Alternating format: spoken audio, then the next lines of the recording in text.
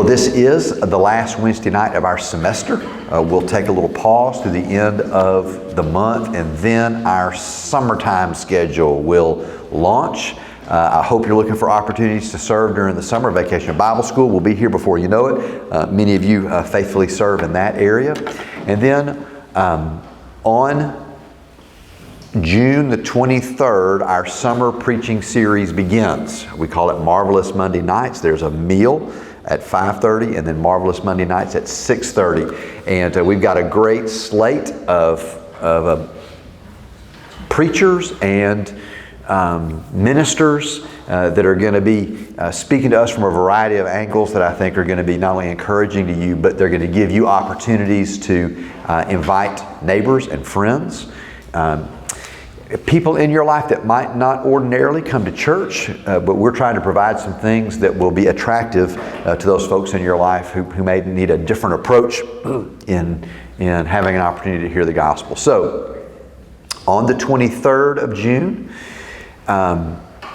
Greg Davis is going to be preaching to us. He is the leader of ALCAP, which is our Baptist voice, our Alabama Baptist voice in Montgomery. And he's just going to come preach to us and challenge us about cultural engagement. He's doing a great job in Montgomery. He's super informed, really bright, great communicator. And so he's going to encourage all of us together to be Daniels and Esthers in the culture where God has set us. And then the 30th, really write this one down, June the 30th, Jeff Struker is going to come and preach to us. Jeff Struker drove a Humvee in the Somalia Black Hawk Down incident in 1993. He is in the movie Black Hawk Down, or he himself isn't in it, but someone plays his character in that movie, and he just has a tremendous testimony. He was an Army Ranger. He's now retired. He's a pastor. Became a chaplain after the Somalia incident, and just has a tremendous story. But I think it will especially speak to lost people, especially men. So we're really going to encourage you bring that a relative or friend that you might have a connection with that needs to hear the gospel.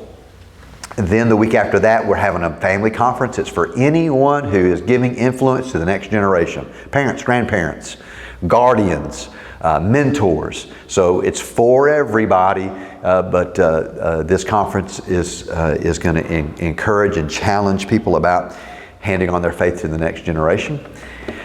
We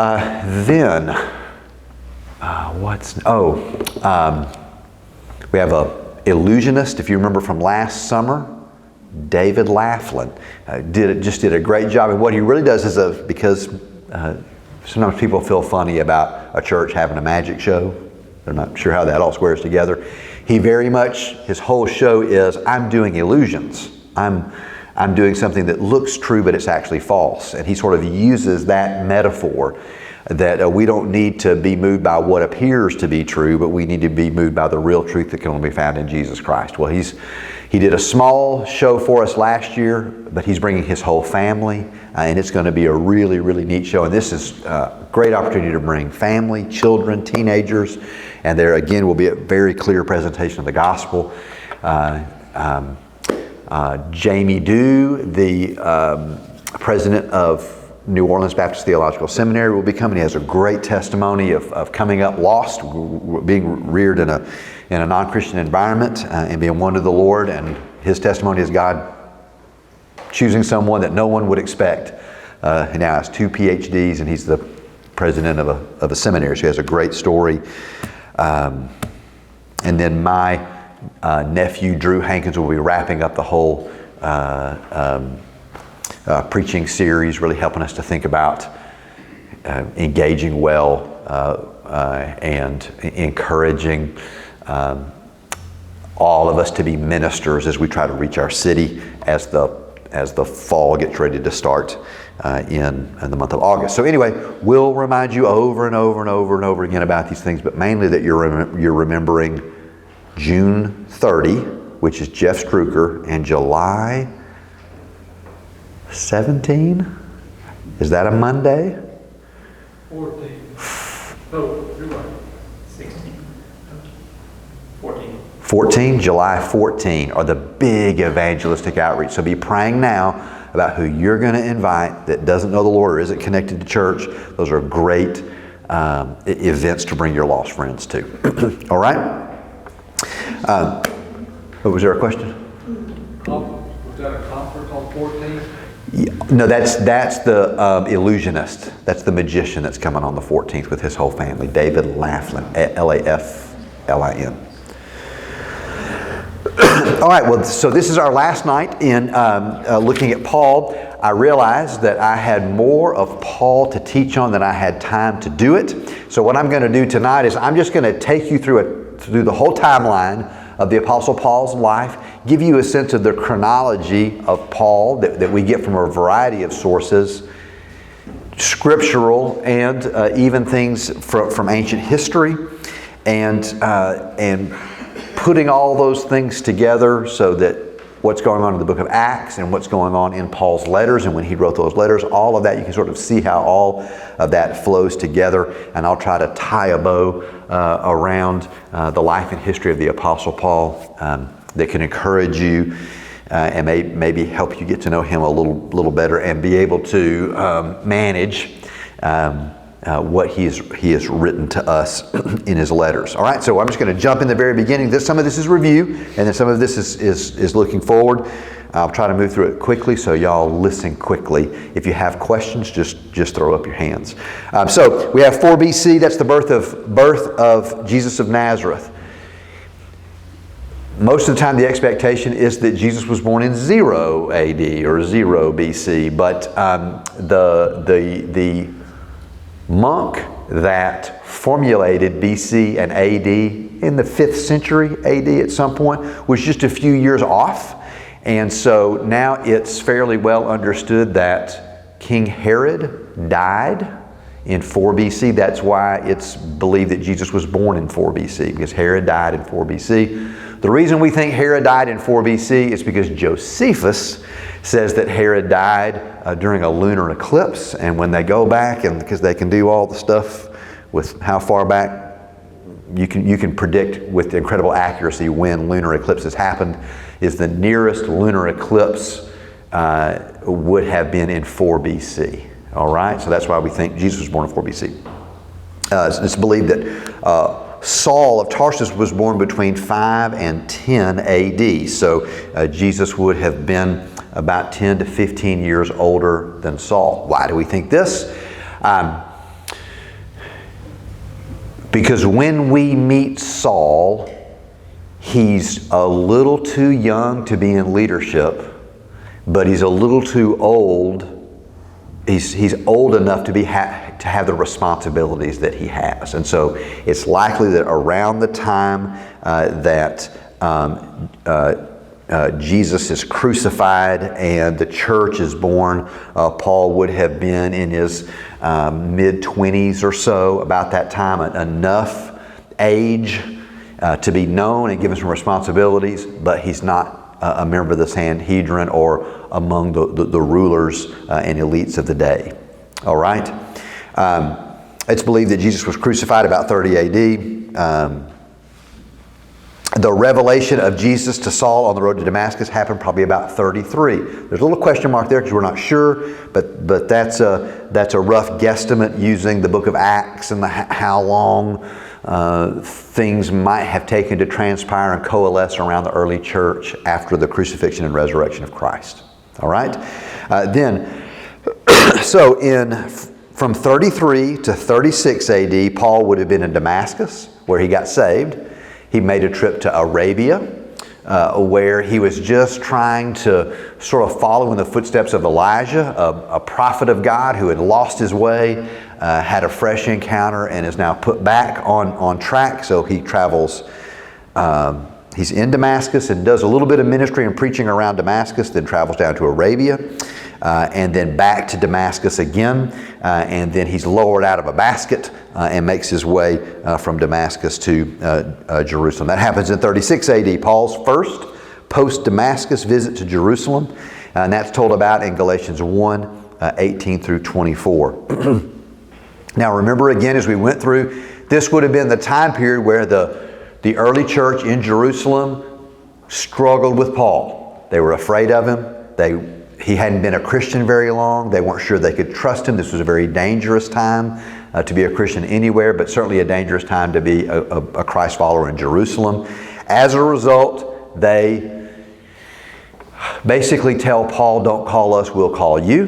Why don't you go back to your hometown and you just hang out there, and when we need you, we'll let you know. And 10 years goes by where Paul is in Tarsus from 34-ish to 46 AD. Now, something happens while Paul is in Tarsus that's important to remember. I have there in AD 40, the Roman Emperor Caligula announces plans to erect his statue in the temple in Jerusalem. All right, so this is 40 AD. What do you think the reaction in Jerusalem would have been when the news came that the Roman emperor was going to put a statue of himself in the temple? There's gonna be a war, right?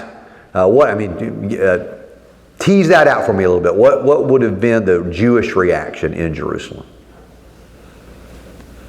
If he goes into the temple, they presume it represent a god. That's right. And so what? I know I'm asking you to prognosticate a little bit.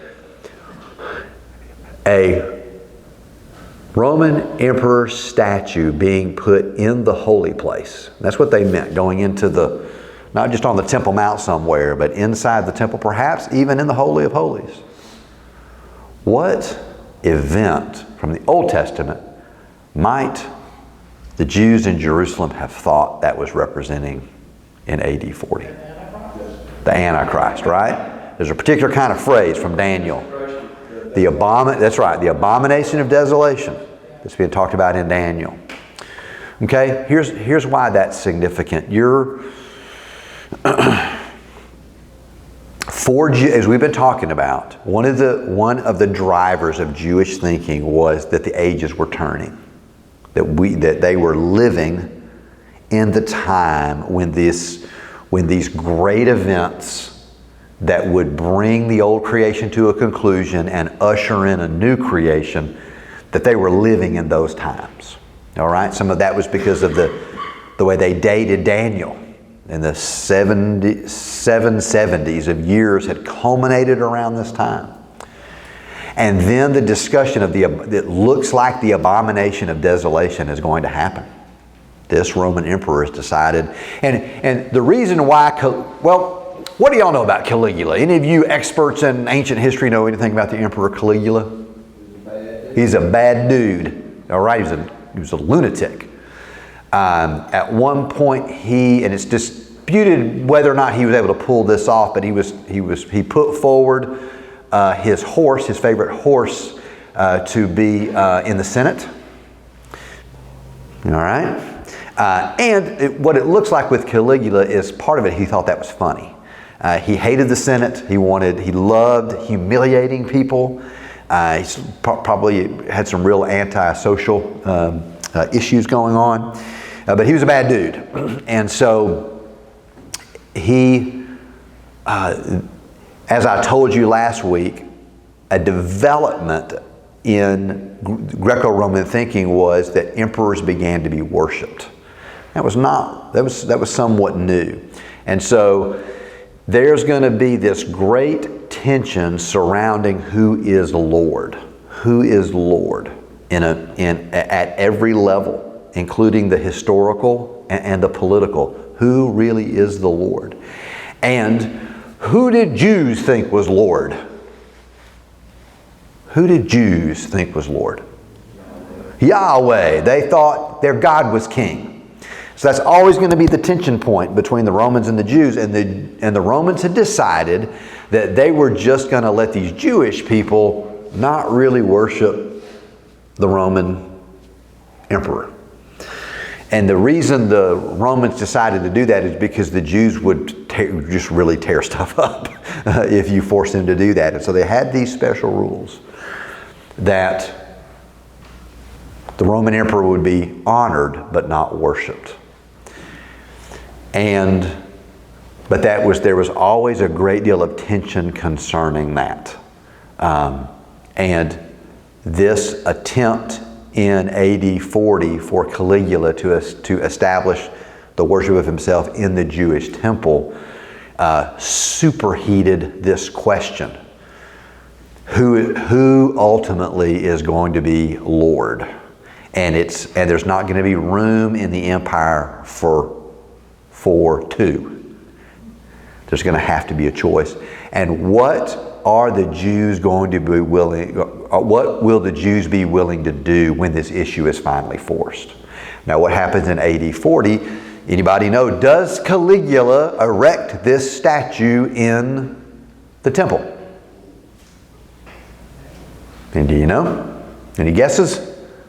No, he does not.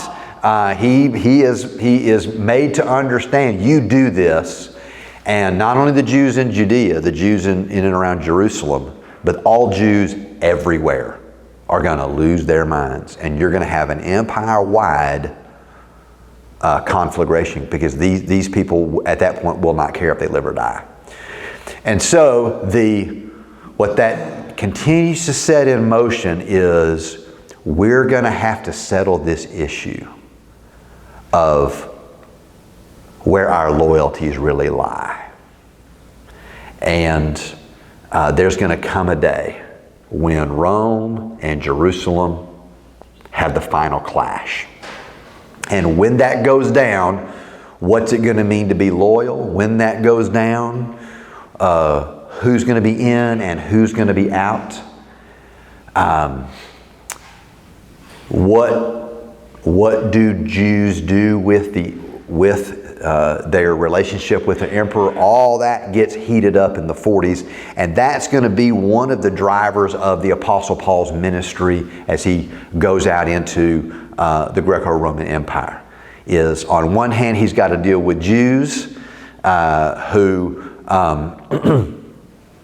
have a problem with Gentiles, and he's got to deal with Gentiles who think that Jews are putting everybody at risk because they won't worship the right God. So my point is this: by AD 40, there is a empire-wide tension between Jews and Gentiles. This Jewish thing is no longer just sort of this 10 or 12 levels down issue among Romans. It gets updated to being one of the central issues.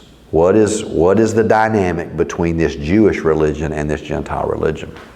Where this is going to go, in fact, I think I've got it in this timeline here. Oh, in AD 49, if you'll just scooch down. In AD 49, Caligula's successor, Claudius, kicks all of the Jews out of Rome. It gets so tense between Christians and Jews and so problematic that Claudius expels all of the Jews out of Rome. And we'll talk about the impact of that. But my point to you is, this Jewish question isn't something that most Romans would have been uninterested in, not knowledgeable of. And in the sovereignty and ordering of God, it raises the issue of Israel's Messiah to an empire-wide level. Isn't that interesting? That some Greco-Roman in central Turkey who could have cared less about what was happening 700 miles away in some other province, now this is put on his radar. Why is the Roman emperor tangling with this Jewish God? And how are we to understand all of that? And so, as Paul goes out to preach Israel's Messiah, he's not preaching to people who would have been utterly unaware that there was even such a thing as Israel's God and Israel's Messiah. This was sort of percolating in the culture at the time. And I'll move on from this. It's also got the whole empire kind of bubbling over the knowledge that at some point a big collision is coming, and at some point a decision is going to have to be made. There can't be two lords, and we're going to have to get this settled. All right, so that's the world that Paul will be preaching in. So in 41, Caligula is assassinated. Claudius comes to the throne. From beginning in 46 AD, Saul is now in Antioch with Barnabas. And during probably that first year that Paul is in Antioch, there's this famine visit where Paul makes his first post-Antioch visit to Jerusalem. And that's what he's talking about in Galatians 2, 1 through 10. I won't go back over this all again because I don't want to bore you perhaps any more than you're already bored. But if you want to go back and read Galatians 2, 1 through 10, typically that's thought of as being a retelling of the Jerusalem conference in Acts 15, but it's not. This actually happened before Paul's first missionary journey. All right, so in 47 and 48, Paul and Barnabas go on their first missionary journey to Cyprus and South Galatia. We talked about that a couple of weeks ago. There is where Paul starts to really work out his missiology to the Jew first and also to the Greek. He starts going out and going to the synagogue first. What happens in the synagogue when Paul preaches? A fight breaks out, right? And then Paul is persecuted out of the synagogue, and that's how he finds out what Gentiles he's supposed to talk to is through this clash with Jews in whatever city he's going into. So Paul is developing this theology of suffering, this theology of opposition and resistance. And so Paul learns a key feature of his missiology that ought to be the key feature of our missiology. Resistance and opposition isn't a sign to stop. It's a sign to go. Now hear that. What if Paul had determined that opposition was a sign to stop? Well, we all still might be worshiping pagan gods, okay? It gets settled because you remember when they leave the island of Cyprus to go onto the mainland, Mark doesn't go with them. Why do you think Mark doesn't go with Saul and Barnabas, or Paul and Barnabas, to the mainland?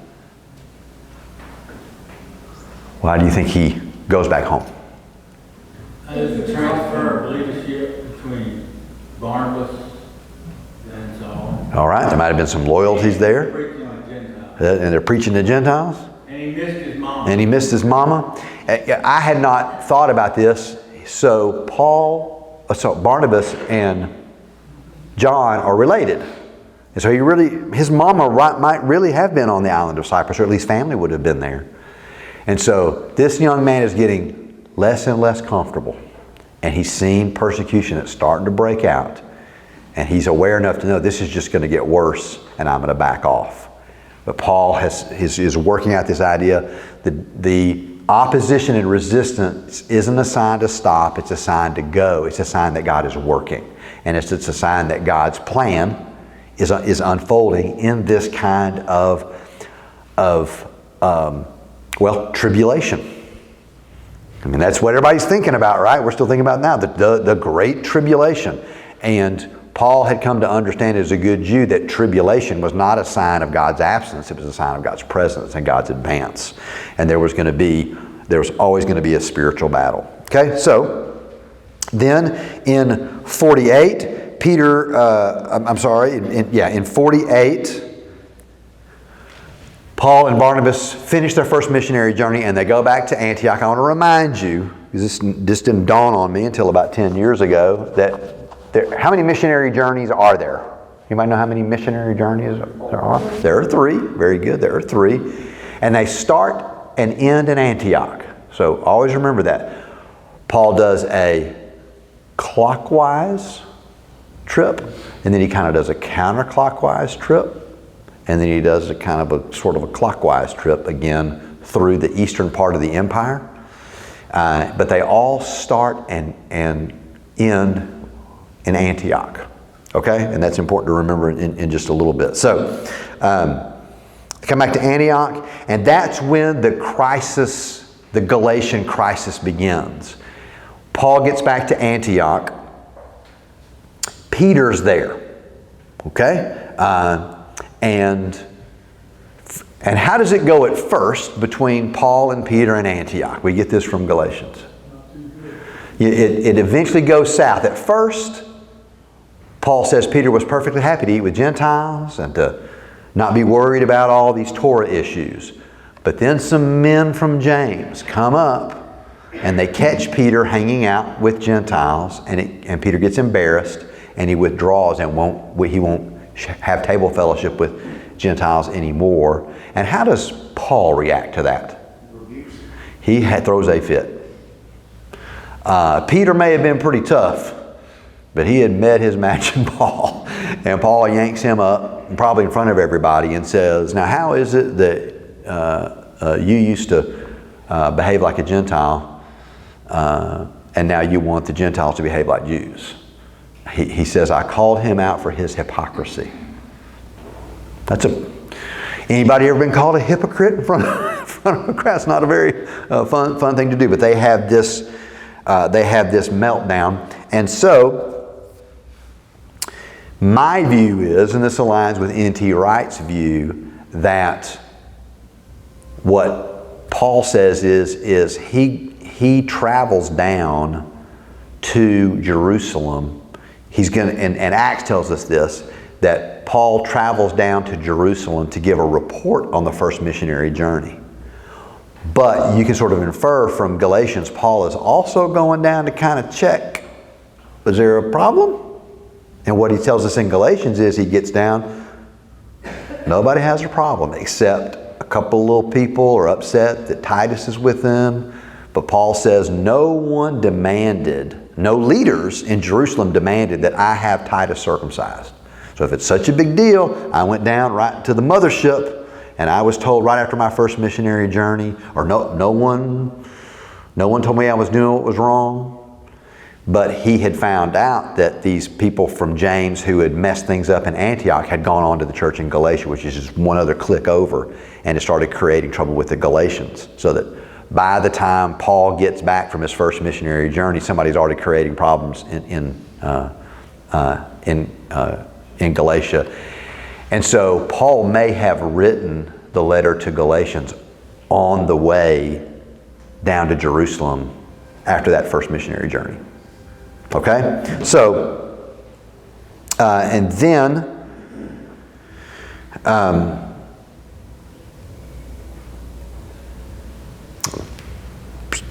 so after that incident and after the return to Antioch, then he travels back down again to Jerusalem in AD 49 for the Jerusalem conference, and that's where they settled this issue.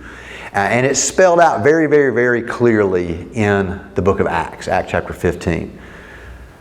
Some people are saying that unless Gentiles are circumcised, they can't be saved. I mean, that's about as simple and clear and definitive.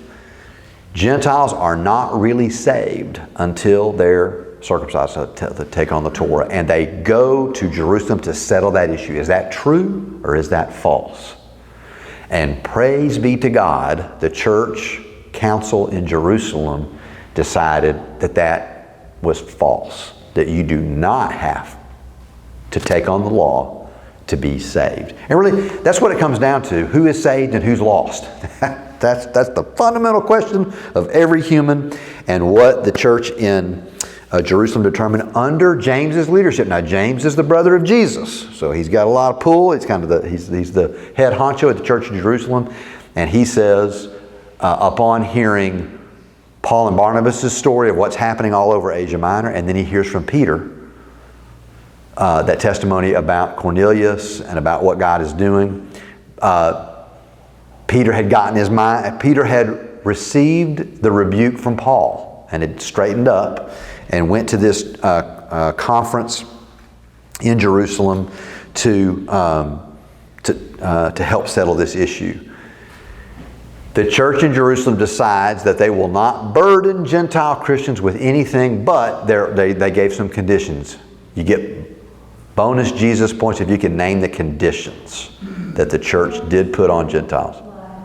Say it again, so loud so I can hear. Okay? You can't eat things that have been strangled. You can't eat blood. You can't have no sexual immorality. And then you can't eat any food used in a sacrificial act.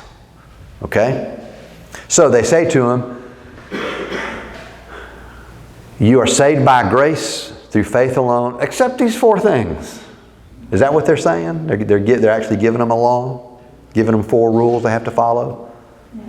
No.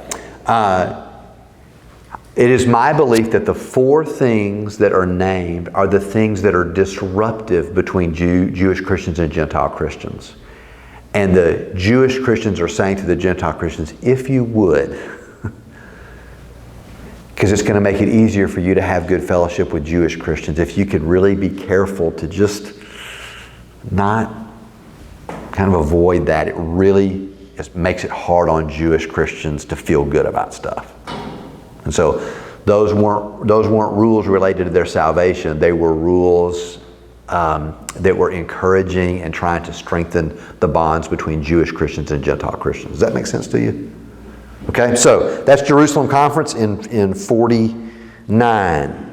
Also in 49, though, we have Claudius's expulsion of the Jews from Rome. And I'll return to that in a moment. Then, that same year, Paul and Silas go on their second missionary journey to Greece. When Paul gets to Corinth, he'll meet Aquila and Priscilla. And the reason he meets Aquila and Priscilla, who are Roman, Jewish Christians, the reason he meets them is because they've been kicked out of Rome.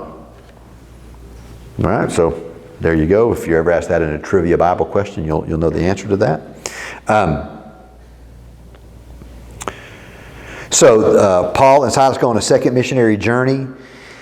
Some of the things that are unique to the second missionary journey. How are things between Paul and Barnabas for the second missionary journey?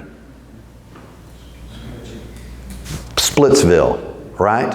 And why did they split? Because of Mark. What does Paul want to do when it comes to Mark?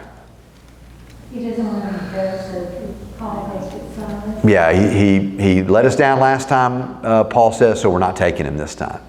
Barnabas, the encourager, says, I do, we do, and they have I forget what the Greek word is, but it is a knockdown, drag out fight, and they draw lines in the sand. And basically Paul says, if he's going, I'm not going. And Barnabas says, well, if he doesn't go, I'm not going. And so how do they solve the problem? I'll go one way, you go another. Now what's interesting is if you look at the geography of this, Paul starts going into Asia Minor, but he goes north. The sense is, as you look at some of the geography, is that where Paul really wanted to go is Ephesus. And Ephesus is due west. But he says this Holy Spirit kept preventing us. The Holy Spirit kept preventing us. And I wonder if some of that has to do with the fact, it's my view that Paul was wrong about John Mark. And now he doesn't have Barnabas, his right-hand man, and he seems a little lost. And so the Holy Spirit prevents them from going to Ephesus, and the Holy Spirit pushes them north and west until they end up on the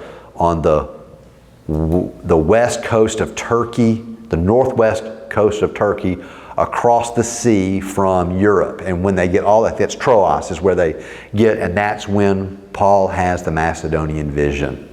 And a man from Macedonia says, come over here.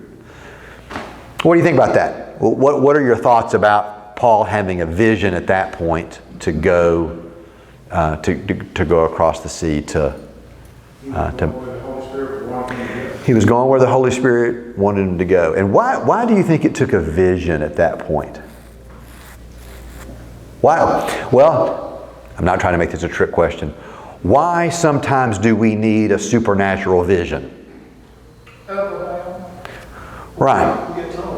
We get stuck. I imagine that on some level, because we're geographical thinkers, that's probably not even consciously in Paul's mind, he just thought, well, we're not going over there. I mean, my world, because he's from Tarsus, my world is Asia Minor. And I think to some degree, if you had said to Paul, we're going to put you in a rocket and shoot you to the moon, that was about how he felt about going across the agency into Europe. That's just in another world. It's somebody else. Surely somebody else will go over there. We would never go over there. This is a whole other world. And he needs a vision where the Lord kind of informs him, all this struggle that you've been going through, not really knowing what to do or where to go, because not much happens. This whole journey across Turkey. How easy do you think it is to walk across Turkey? But there's no record in the book of Acts.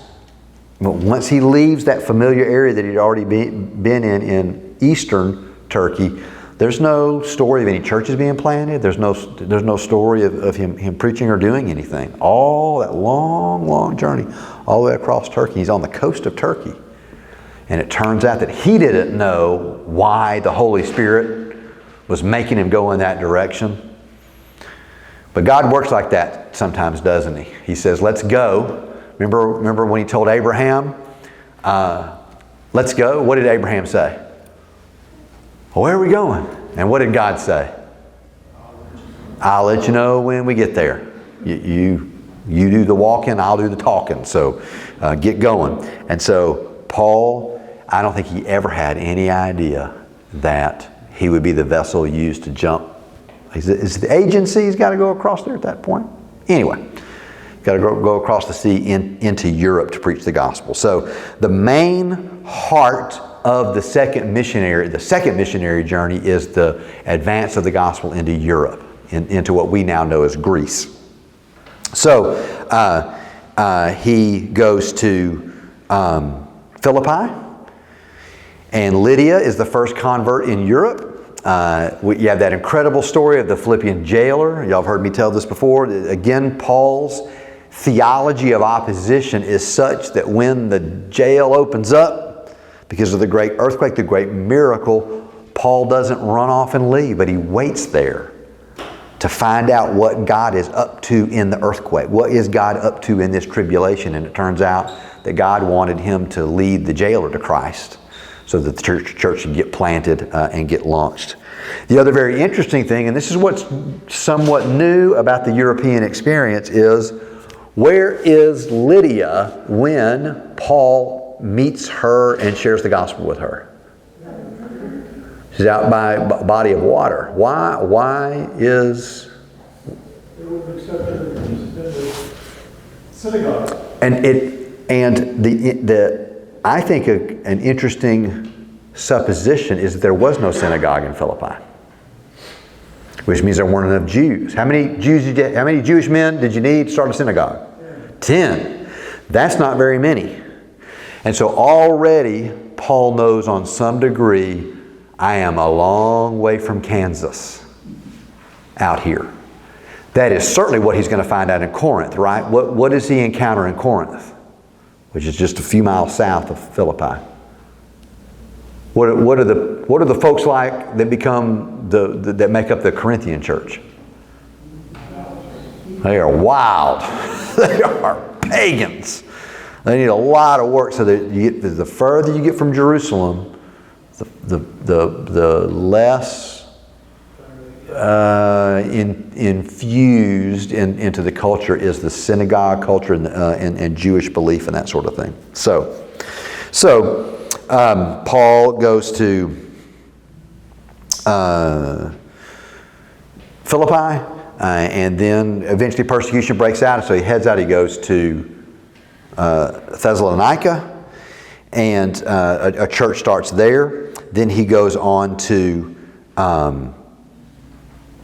Athens, and then on to Corinth. And he has this great ministry in Corinth. And it's likely that in 50 and 51, when he was making his way from Corinth into Athens, that's when he writes 1st and 2nd Thessalonians. And here's what I want you to catch about that. Because 1st and 2nd Thessalonians is the second letter, second and third letters that Paul writes. And it's the first of, Galatians is an odd letter. It's not like the other letters because Paul is really upset and he's trying to solve a very serious problem. Where 1st and 2nd Thessalonians, he is just ministering to and pastoring and shepherding his churches. And so it has more of that more common format that you find in Paul's letters. But also, when you read the depth and strength of these letters, you need to remember these believers in the church at Thessalonica are just a few weeks. They're just a few weeks old. They are baby Christians. They are brand new, and it's very likely that they're mainly Gentile. They don't know anything. But in a very short amount of time, Paul and Paul's partners in ministry, because he's got Timothy with him at this point as well. I forgot to mention that.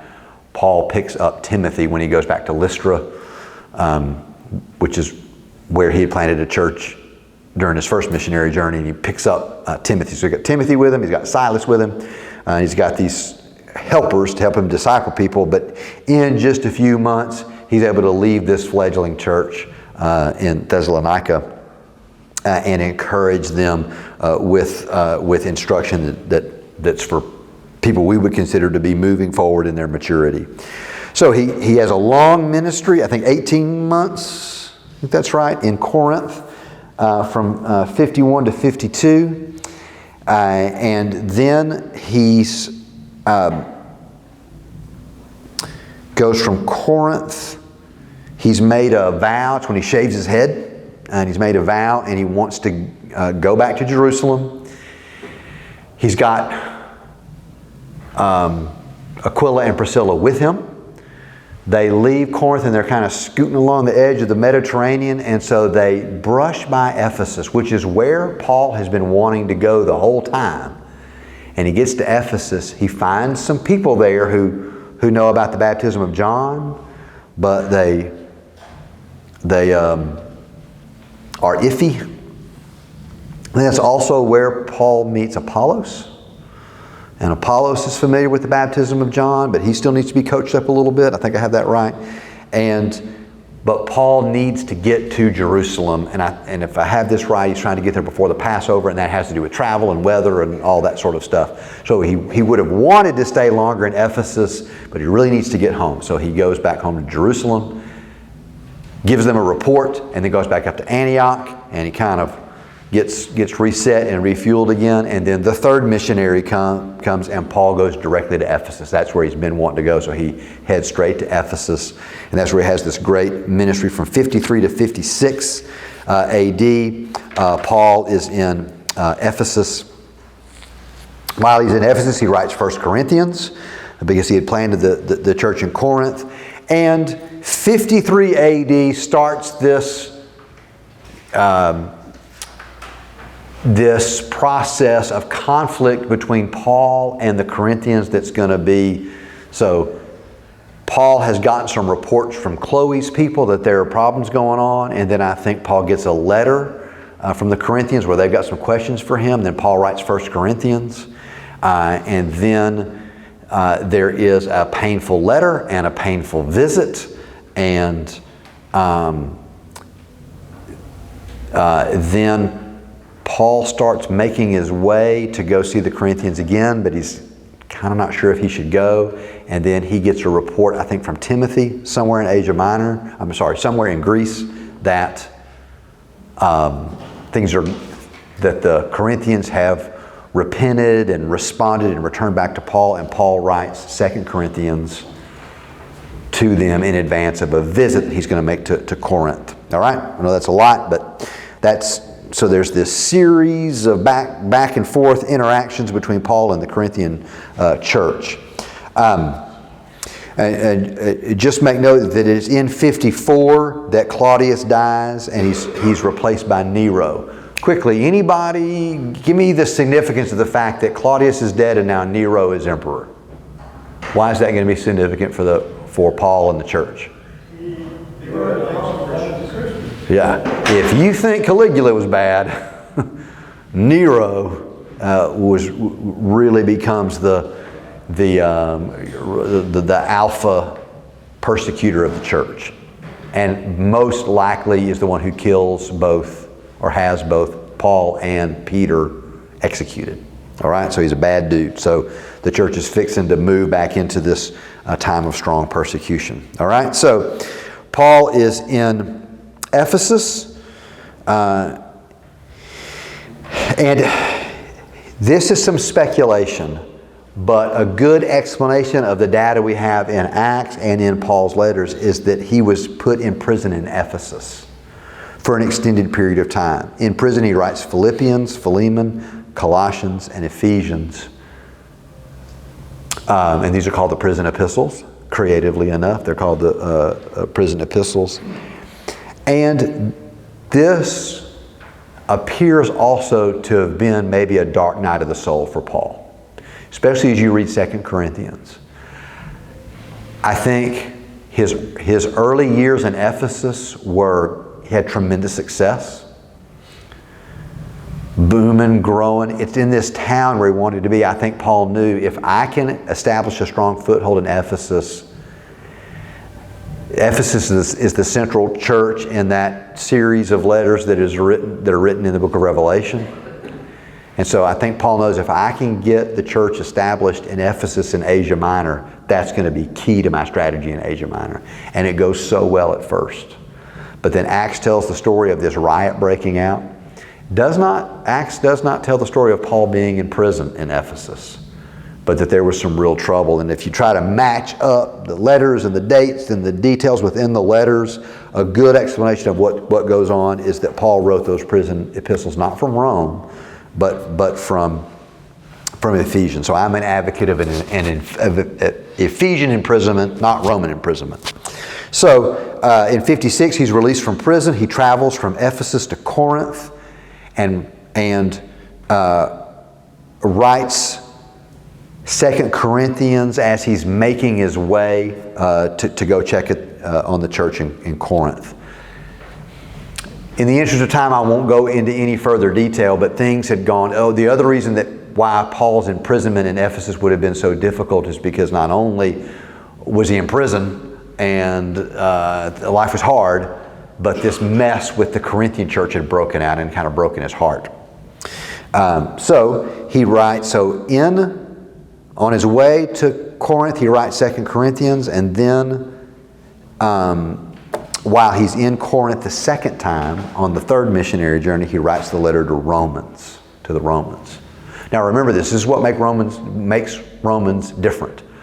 Paul had never been to Rome. I think that's the case for the Colossians as well. But Paul had never been to Rome. And what he's wanting to do is he's done after 3 missionary journeys, he's done all he's going to do in the eastern side of the empire. He's been to Athens. He's established in Corinth. He's established in Ephesus. And really, Thessalonica was a more important city even than Philippi. So, and then he's got what's going on in Asia, in Galatia. And so Paul is feeling by the end of the third missionary journey that he's not going to go on any more missionary journeys in the eastern side of the empire, in that area of Turkey and in Greece. So the reason he writes to Rome from Corinth is because geographically he's as close to Rome as he's ever been.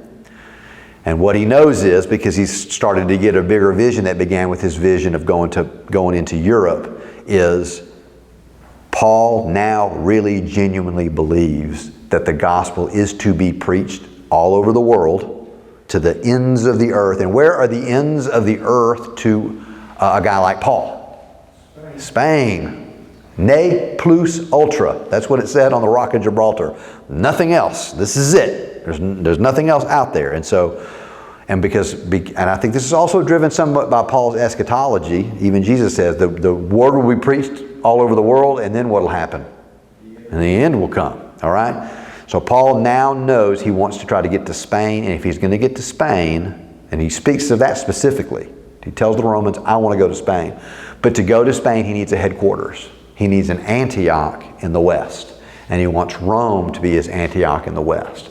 And so he writes the letter to the Roman Christians to lay the foundation for the kind of gospel he's going to preach, the kind of missiology that he does, and he's laying the foundation to come to them and for them to be the ones who send him out ultimately to Spain. But before he does that, he says, I need to go back to Jerusalem. Why does Paul want to go back to Jerusalem again at the end of the third missionary journey? Anyone know what he specifically wants to do in Jerusalem? Say it louder. He wants to go to the temple, but he wants to bring something specific. He's been collecting a gift for the Jerusalem church. Remember, that's a big part of 2 Corinthians.